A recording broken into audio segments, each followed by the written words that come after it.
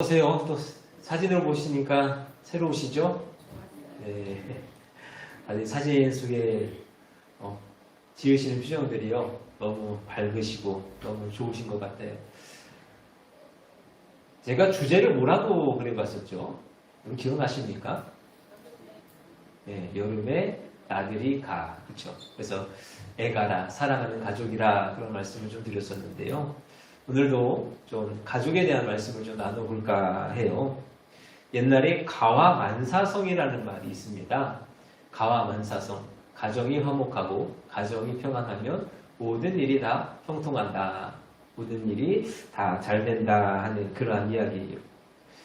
왜 그러할까요? 왜 가정이 평안해야 모든 일들이 만사가 잘 될까요?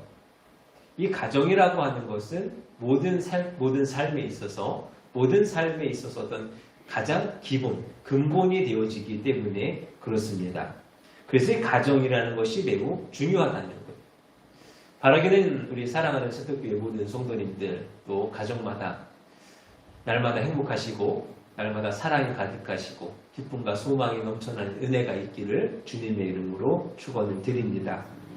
자, 그런데 그럼 우리가 어떻게 해야 행복한 가정이 되어질 수 있을까 하는 거죠. 가장 바른 정답으로서 말씀드릴 수 있는 것이 뭐냐? 바로 하나님이 함께 하시는 가정이어야 한다는 거예요. 그리고 5절 말씀이죠. 그들에게 이르되 내가 그대들의 아버지 안색을 본즉 내게 대하여 전과 같지 아니하도다. 그러할지라도 내 아버지의 하나님은 나와 함께 계셨느니라. 내 아버지의 하나님은 나와 함께 계셨느니라. 여러분 야곱도요. 참 많은 우여곡절의 삶을 살죠. 어려움들이 있고 또 힘든 일들도 있습니다. 그리고 가정을 꾸려서도 마찬가지예요. 참 많은 일들이 있지 않겠습니까? 그럼에도 불구하고 이 야곱은요. 마음 가운데 평안이 있는 거예요. 왜 그런가 하면 하나님이 나와 함께 하셨음을 믿음으로 나아가는 어떤 그의 삶이었다라는 것이죠. 여러분 가정에요. 문제가 없는 가정이 없더라고요. 누구나 다 어려움들이 있고 누구나 다 힘든 부분들이 있어요. 남들에게 말하지 못할 만한 그러한 일들도 있고요. 또 그러한 모습 속에서 왜 나만 이런 일을 겪어야 되는가? 또 왜 우리 가정에만 이런 일들이 자꾸 생겨나는가 하는 원망 섞인 그러한 생각도 들 때가 있죠. 그러나 바라기는 여러분 끝까지 하나님이 우리와 함께 하심을 믿음으로 나아가실 수 있기를 원합니다. 그러면 그거면 되는 거예요. 하나님이 나와 함께 하시면 그것으로 우리는 만족하여 나아갈 수 있는 것입니다.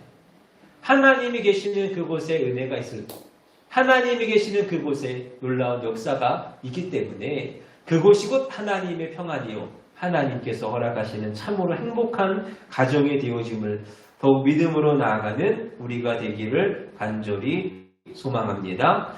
자, 그러면 오늘 본문을 중심으로 해서 이제 하나님이 함께 하시는 가정은 어떠한 가정인가 우리가 함께 말씀을 좀 나눠보려고 해요. 첫째로 하나님께서 함께 하시는 가정은요. 하나님이 함께 하심을 깨닫는 가정이에요. 다시 5절 말씀 봅니다. 그들에게 이르되 내가 그대들의 아버지 안색을 본즉 내게 대하여 전과 같지 아니하도다. 그러할지라도 내 아버지 하나님은 나와 함께 계셨느니라. 자, 이 고백 속에요. 야곱의 이 고백 속에 드러나는 것은 뭐냐면 야곱은요 늘 하나님이 나와 함께 하신다는 것을 생각하고 살아가는 거죠. 내가 하나님과 함께하고 있고 내가 하나님 앞에 살아가고 있다는 것을 인식하면서 살아갔다는 거예요. 결론적으로 먼저 말씀을 드리면 그렇기 때문에 이 야곱의 삶은요 거룩한 삶이 되어지는 것이고 그렇기 때문에 하나님께서 그를 축복하시고 그를 평안으로 인도하시는 그러한 삶이 되어질 수 있었다라고 하는 거예요. 오늘날 많은 사람들이 하나님이 나와 함께 하신다는 것, 내가 하나님 앞에 살아간다는 것을 자꾸 잊어버리고 살아가는 것 같아요. 여러분 보세요. 뉴스나 또 여러 가지 주변에 많은 이제 죄, 범죄들, 이제 그런 일들이 생기지 않습니까? 그럼 그들이 가지고 있는 생각이 뭘까? 그들이 가지고 있는 공통적인 생각은 아마도 이건 것 같아요. 그 누구도 내가 지금 하는 일을 모를 것이다. 여러분 그러지 않겠어요? 아무도 모를 거예요. 아무도 모른다라고 생각하니까 거짓말도 할 것이고 다른 사람의 것을 훔치기도 할 것이고 또 때로는 다른 사람의 생명을 취하는 어떤 그러한 일들을 하지 않겠어요. 그러나 우리가 믿는 것은 뭐냐? 우리가 바라보는 것은 뭐냐? 하나님께서는 언제나 우리를 바라보고 계시다는 것. 하나님께서는요, 두 눈을 크게 뜨시고 우리의 일거수일투족을 날마다 바라보고 계시다는 거예요. 여러분, 우리가 기도하는 가운데 그런 기도하시죠. 불꽃 같은 눈동자로 나를 지키시고 나를 보호하여 주옵소서. 여러분, 그런 기도하지 않으세요? 그럼 그 기도 속에 들어가 있는 의미는 뭡니까? 하나님이 내가 어디에 있든지 나를 도와주셔서 나를 지켜주셔서 나를 인도하시고 보호하시고 은혜 주시고, 여러분, 그런 기도 아니에요. 그럼 같은 맥락이라고 생각을 해요. 하나님께서는 불꽃 같은 눈동자로 우리를 감찰하시는 거예요. 내가 어디에 있든지 내가 무엇을 하든지 어떠한 생각을 하고 있든지 늘 바라보시고 늘 감찰하시는 그러한 하나님이시니 여러분, 우리가 어찌 하나님 앞에 범죄하여 살아갈 수가 있겠냐는 거예요. 내가 거짓말을 할 일이 생겼어요? 근데 하나님이 나를 바라보신다는 것이 생각이 나요? 그럼 거짓말하실 수 있겠어요? 내가 밤에 남의 것을 도둑질할 마음이 생겼어요? 근데 하나님이 나를 아신다 말씀하시니, 나를 바라본다 말씀하시니, 내가 감히 하나님 앞에 그 죄를 지을 수가 있겠네요. 전에 한번 말씀드렸죠. 전도사 시절에 사역을 하고 있는데 주일날 아침에 늦었어요. 빨리 가야 돼요. 근데 신호가 걸렸어요. 근데 그 신호가 길어요. 오거리예요. 워낙에 긴 신호예요, 거기가. 어떻게 할까? 이거 신호를 다 기다렸다 갔다가는 늦을 것 같은데. 그래서 가만히 보니까 타이밍이 괜찮을 것 같아요. 그래서 그냥 불법으로 유턴을 했어요. 그때의 창문 너머로, 그 유리창 앞 너머로 하나님이 나를 바라보시는 것 같아요. 야, 너 지금 뭐하니? 주의 날에 교회에 봉사하러 간다면서 너 지금 뭐하고 있니? 라고 하시는 어떤 그런 표정. 여러분, 그러한 마음이 든다고 한다면 우리가 감히 하나님 앞에 범죄하여 나아갈 수가 없다는 것이죠. 내 마음대로 하나님께서 허락하신 삶을 함부로 살아가지는 못할 것이다라는 거예요. 자, 여러분, 요셉이라고 하는 사람이 있어요. 요셉이 보디발 장군의 시위대장 보디발의 하인으로 종으로 팔려가게 되어집니다. 근데 괜찮았잖아요. 잘했잖아요. 좀 준수했잖아요. 그랬더니 보디발의 아내가 이제 유혹을 하죠. 집안에 아무도 없습니다. 아무도 없는 상황 속에서 조용히 불러요. 우리가 서로 사랑을 나누자. 유혹을 해요.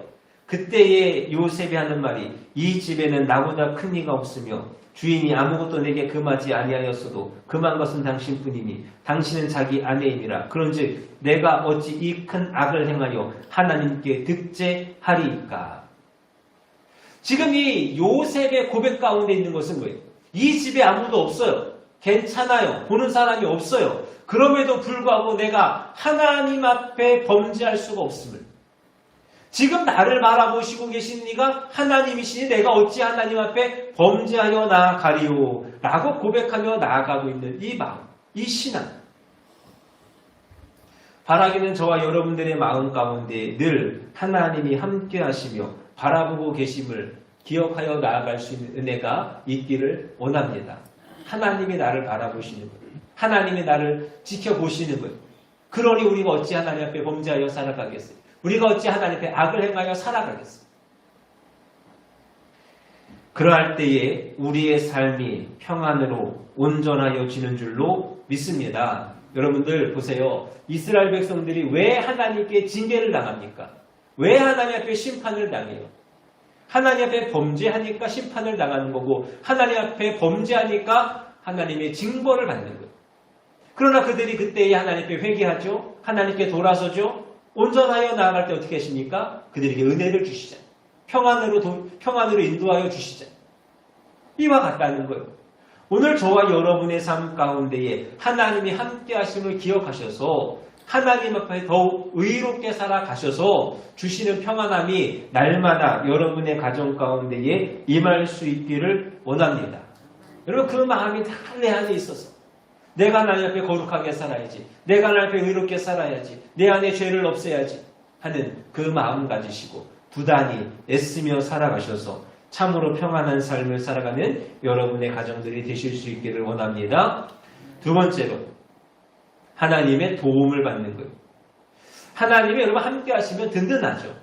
왜 든든한가 하면 하나님이 우리를 도와주시기 때문에 그래요. 오늘 본문의 말씀을 봐도 그렇습니다. 하나님이 야곱의 가정과 함께 하시고 그를 도와주시는 것을 보게 되어져요. 7절의 말씀입니다.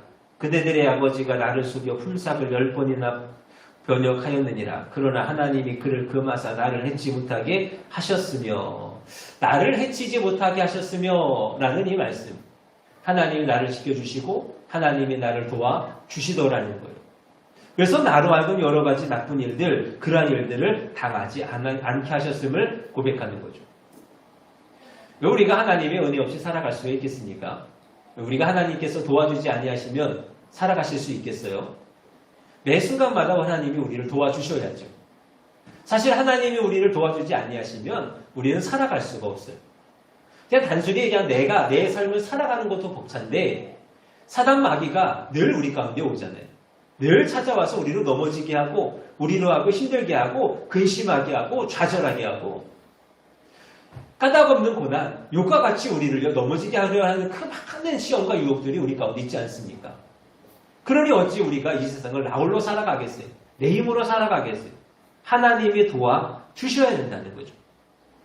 마치 갓난 아기인 것 같아요. 여러분 아이들 키워보셨잖아요? 또 아이들 많이 보셨잖아요? 아기들이 어때요? 혼자 할 수 있는 게 아무것도 없잖아요. 우는 거, 자는 거, 뭐 이런 거밖에 할 수 있는 것이 없어요. 나머지는 어른들이 다 해줘야 돼요. 우리의 인생이 마치 그와 같지는 않은지. 본문을 보면은요, 이런 내용이 나옵니다. 야곱의 장인인 라반이요, 야곱과 하나의 계약을 맺죠. 내가 너에게 이제 일을 시킬 건데, 내 일을 하면 내가 너에게 품삯을 주겠다 하는 그런 계약을 맺습니다. 그런데요, 이 라반이 계속해서 야곱과의 그 계약을 어겨요. 어기는 것이 아니라 계속 바꾸죠. 왜 바꿀까요?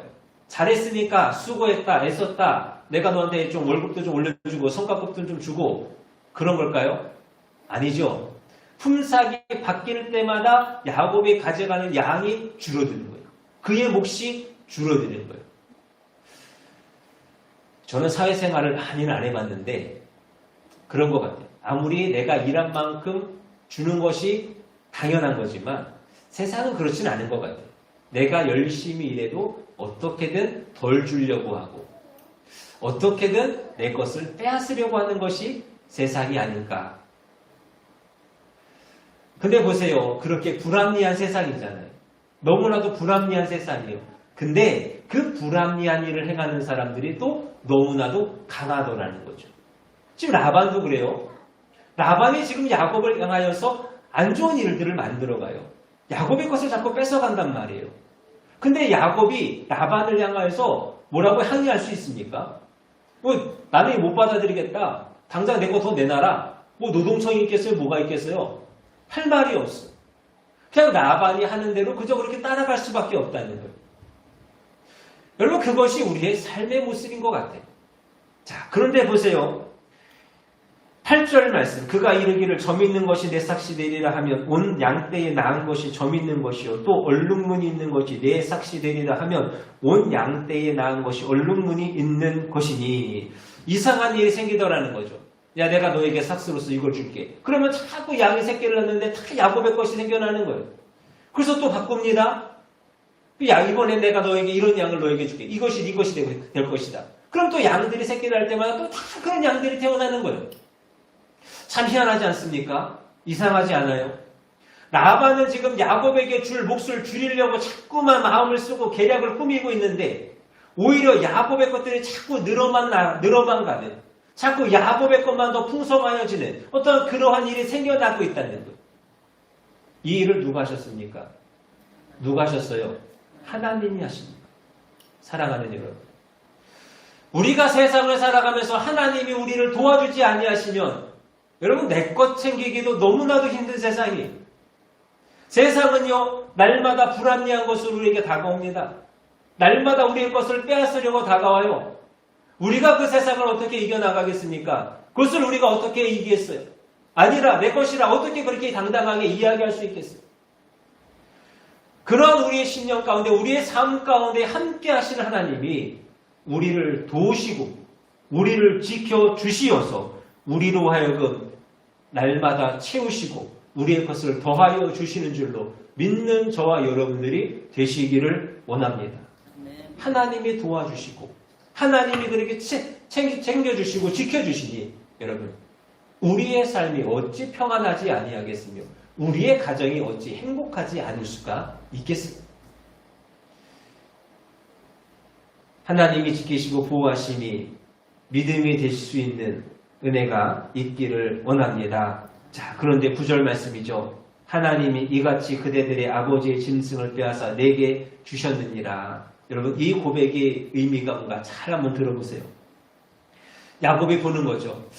양이 새끼를 낳았는데 참 희한하잖아요. 자꾸 새끼를 낳는데 그것들이 다 내 것이 되어지는 거예요.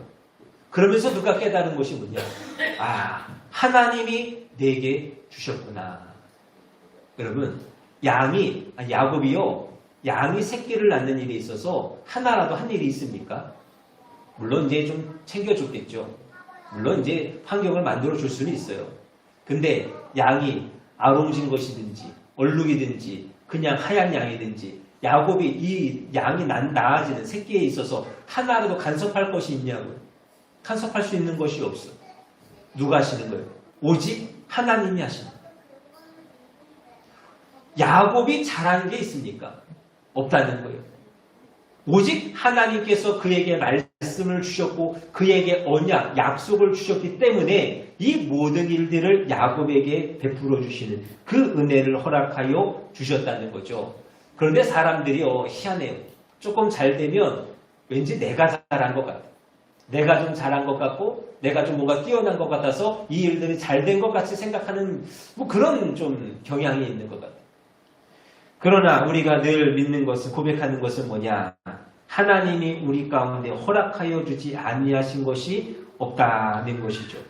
여러분 하루하루 살아가 보세요. 하나님이 내게 허락지 아니하시고 나를 도와주시고 나를 보호하여 주지 아니하시면 내 것이 어디 있겠습니까?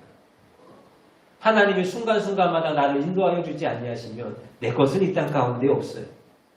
시편 127편 1절입니다. 여호와께서 집을 세우지 아니하시면 세우는 자의 수고가 헛되며 여호와께서 성을 지키지 아니하시면 파수꾼의 경성함이 허사로다. 그러니 사랑하는 여러분 더욱 하나님께 감사하며 나아가실 수 있기를 원합니다. 나를 지키시고 내 가정을 지키시고 그리하여서 더 많은 것으로 채워주시고 부으시는 그 하나님의 은혜가 있습니다. 오직 우리를 향하여 주시는 놀라운 그 은혜가 있음을 또 바라보며 소망하며 나아가는 저와 여러분들이 되시기를 간절히 원합니다. 마지막으로 하나님께 전적으로 순종하는 가정이에요.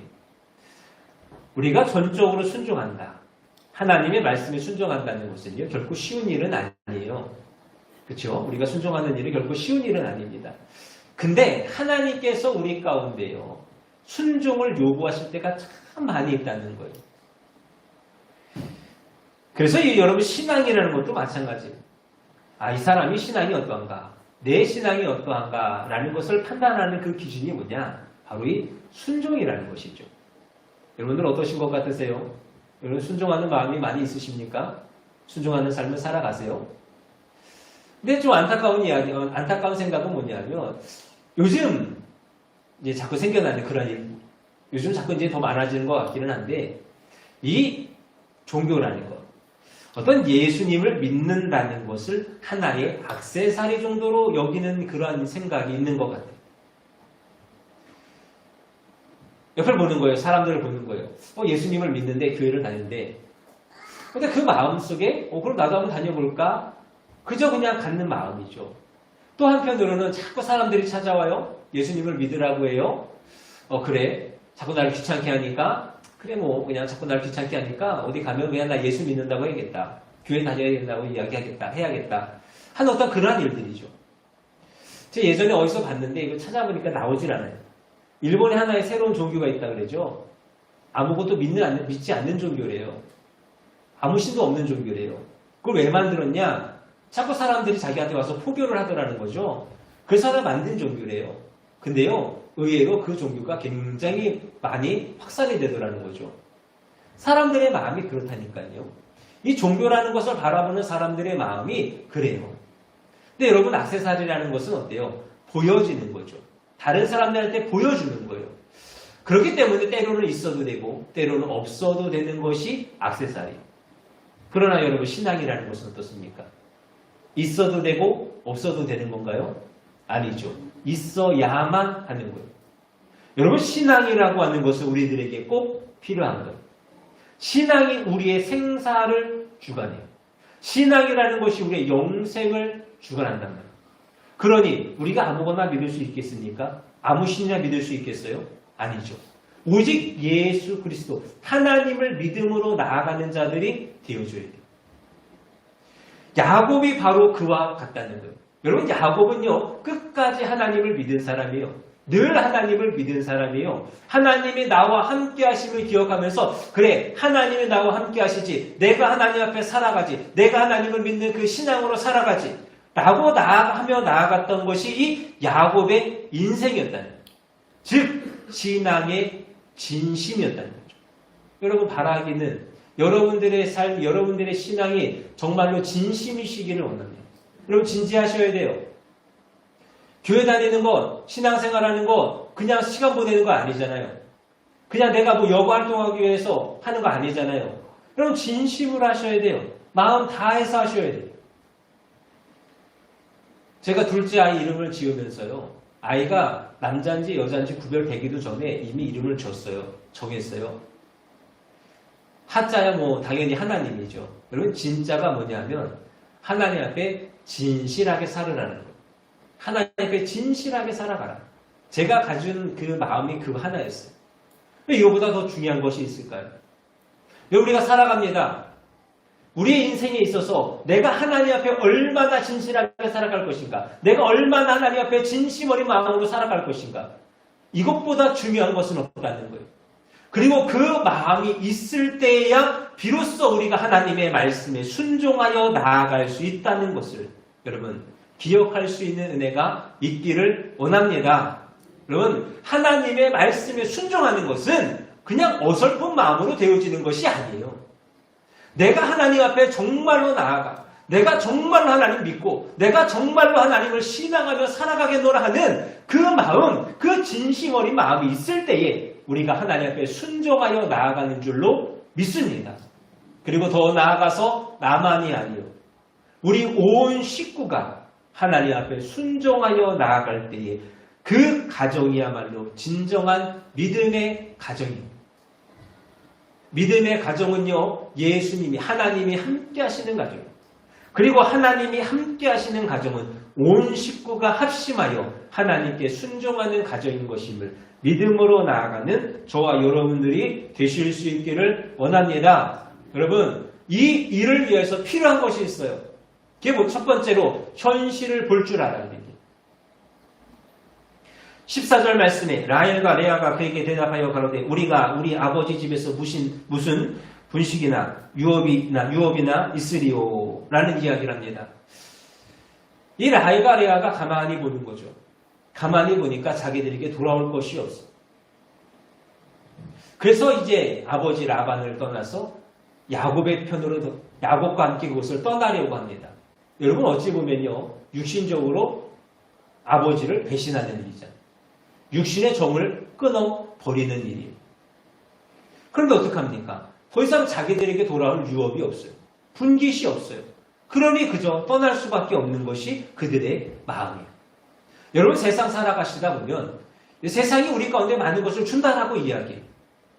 세상에 많은 것이 우리의 것인 것처럼 이야기합니다. 부귀와 영화가 있는 것처럼 이야기합니다. 그런데 여러분, 세상 실상 그것이 우리의 것입니까? 그것이 우리의 것인가요? 아니죠. 이 세상은 지나가는 거잖아요. 이 세상은 없어지는 거잖아요. 우리가 바라봐야 될 것은 뭡니까? 우리가 바라봐야 될 유업은 뭐예요? 오직 하나님의 나라라는 것. 이 지혜가 있기를 원합니다. 그리고 두 번째로 소속을 분명히 알아야 돼요. 15절 말씀입니다. 아버지가 우리를 팔고 우리의 돈을 다 먹었으니 아버지가 우리를 외인으로 여기는 것이 아닌가. 라반의 딸들이 지금까지 착각하고 살았다는 거죠. 우리가 아버지의 아들 딸이니까 아버지께서 우리에게 무엇인가 주지 아니하실까라는 마음을 가지고 살았대요. 근데 가만히 보니까 어때요? 우리에게 아무것도 주지 않는다는 거죠. 아버지가 우리를 어떻게 바라보고 있는가? 내 딸들이 아니라 야곱의 아내로 바라보고 있는 거예요.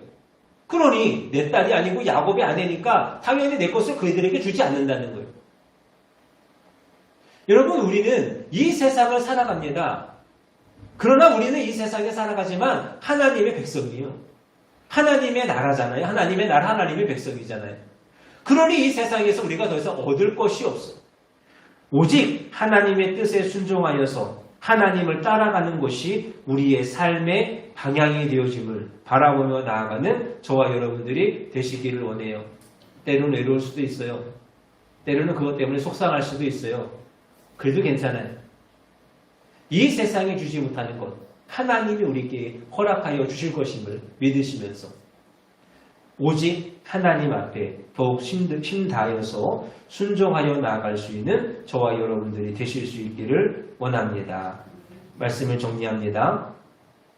조금 급하게 좀 진행을 했는데 우리는 하나님께서 함께 하시는 그러한 가정입니다. 믿음의 가정입니다. 이것을 꼭 잊지 않기를 원합니다. 늘 마음속에 기억하세요. 나와 함께 하신 하나님, 우리 가정 가운데 함께 하신 하나님, 그 하나님이 우리와 함께 하시니 우리가 이 땅에서 참으로 행복하여 살아가리라. 참으로 평안하여 살아가리라. 날마다 고백하며 나아갈 수 있는 저와 여러분들의 가정이 꼭 되시기를 원합니다. 그리고 이것을 기억하시면서 또 한편으로는 그래, 하나님이 나를 바라보시니 내가 하나님의 법칙 범죄하여 살아가리요. 여러분, 늘 고백하며 살아가세요. 늘 하나님께 의롭게 살아가세요. 힘쓰며 살아가는 저와 여러분들이 되시기를 원하고 또 날마다 하나님이 나를 도와주시기를 구하고 더욱 힘써 순종하여 살아가는 저와 여러분들의 삶이 되실 수 있기를 원합니다. 그리하여 하나님의 은혜가 여러분들의 삶 위에 여러분들의 가정 가운데에 더할 수 있기를 주님의 이름으로 축원합니다. 기도하겠습니다.